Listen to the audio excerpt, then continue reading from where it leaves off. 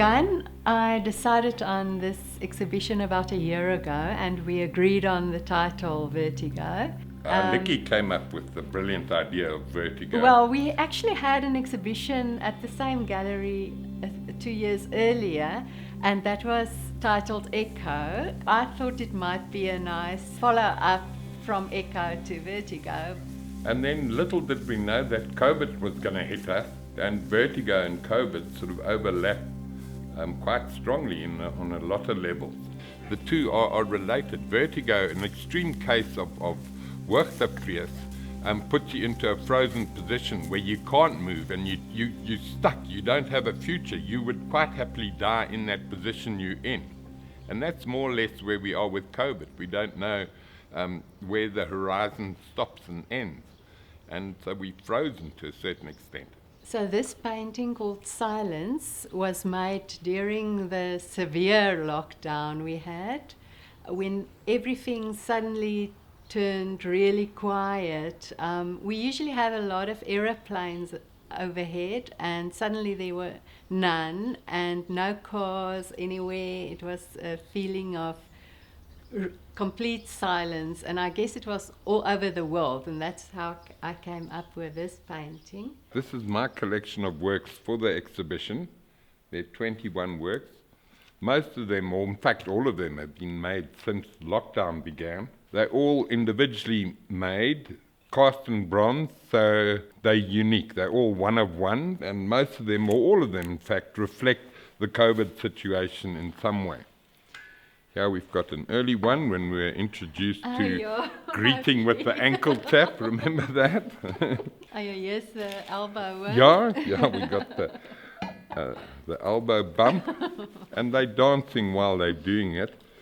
Recently, I realized that my work is actually resembling more and more those landscapes in which I used to sleepwalk as a child. And while sleepwalking, I remember I was looking for something. I was always searching. And it's the same in my work. I'm searching for something magnetic and dark and mysterious, really mysterious. Contrast plays a big role in my work. I like to have bright colors and black areas. On my dreams, light at the end of the tunnel. There's a lot of light in one place and a lot of darkness around, always when I dream. Almost like a pinhole vision. Yes, that's true, yeah. It is.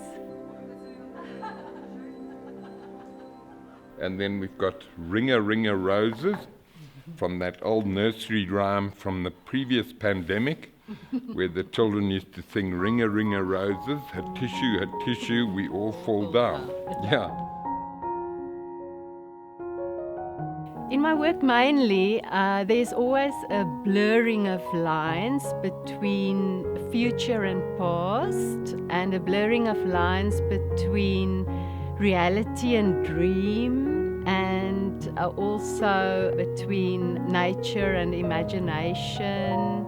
The blurring of lines between future and past. I sometimes have angels or saints in my work with a drone or a UFO.